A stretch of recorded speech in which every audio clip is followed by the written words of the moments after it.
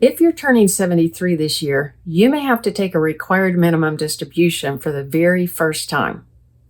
Now, a required minimum distribution is that amount of money that you must take out of your traditional IRA, traditional 401k, traditional 403b, any retirement account that has never had tax paid on it.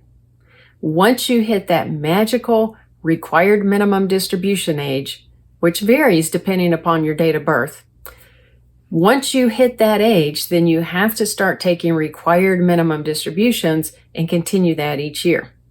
And people that turn 73 this year are hitting that magical required minimum distribution age for themselves, in their own situation.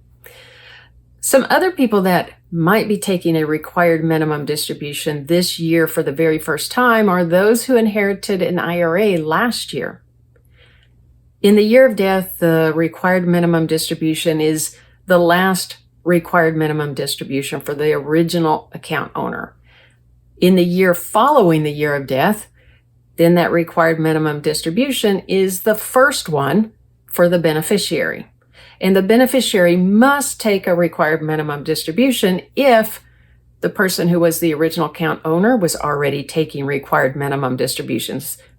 Those required minimum distributions have to continue. They can't stop because once they started, they just have to continue ongoing.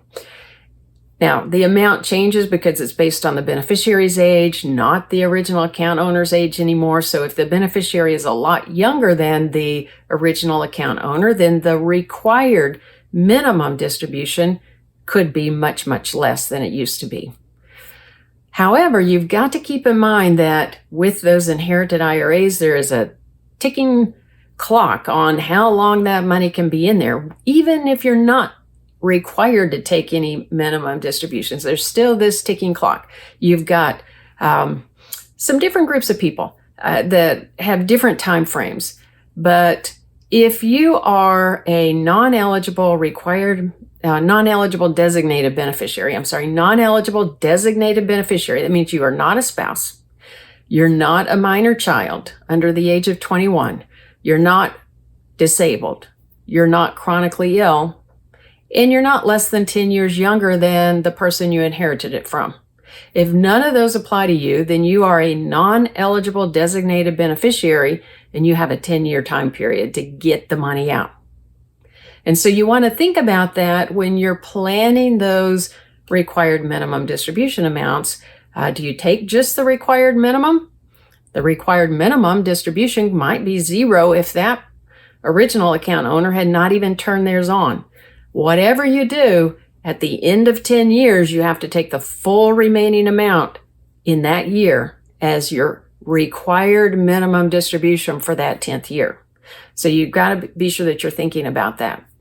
Now, if you have inherited from somebody that had already inherited from a original account owner, if you inherited from somebody who was a non-eligible designated beneficiary, they weren't the spouse, they weren't a minor child, they were not chronically ill or disabled, and they were not less than 10 years younger than the person who passed away.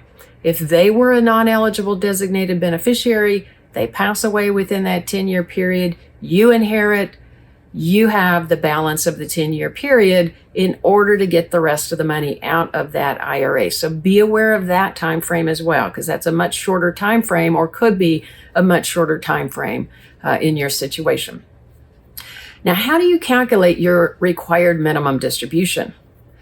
You look at the year-end balance from the prior year. So this is 2025. You would be looking at December 31, 2024, and then you would find the factor on the particular table that applies. If you're turning 73, then you would be using the uniform lifetime, the factors off of that uniform lifetime table that the IRS provides. Look up your age, find your factor, divide that prior year in balance by your factor. If you are inheriting an IRA, you're a non-eligible designated beneficiary, then you use the single life expectancy table that's provided by the IRS. Slightly different numbers. But again, you look up your age, on that table. That is your starting factor. Then each year going forward, you just subtract 1 from that starting factor. You don't look it up again. It's the starting factor for the year that you're calculating your first RMD, and then -1 each year thereafter. It's important to know how to calculate it, but it's more important to think through what you really want to take out of the IRA. Think about what is the maximum you can take out. You're not really wanting to take just the required minimum distribution. You're wanting to take the maximum amount that you can take out at the lower tax bracket. What is your current tax bracket? How much more income could you have in your current tax bracket without going into the next tax bracket? Think about taking that amount out of that IRA or 401k so that you can spread the tax out, get as much out at a lower tax bracket as opposed to leaving it all until some later point in time where it's going to be a bigger required minimum distribution. This is whether you're looking at your own money that you've saved, your own IRA, or money that you've inherited. Either way, you want to make sure that you're taking out as much as you can at the lowest bracket you can in order to minimize your future tax costs on the dollars coming out, so that you get to keep more. You get to send less to the IRS. You get to have more money in your pocket, in your other accounts working for you to fuel and fund your retirement. So hope that's helpful. If you have any questions, then feel free to shoot me an email, and be sure and subscribe to this channel because I'll be sharing more tips and tricks and things that you need to know in retirement, and don't want you to miss any of the good info.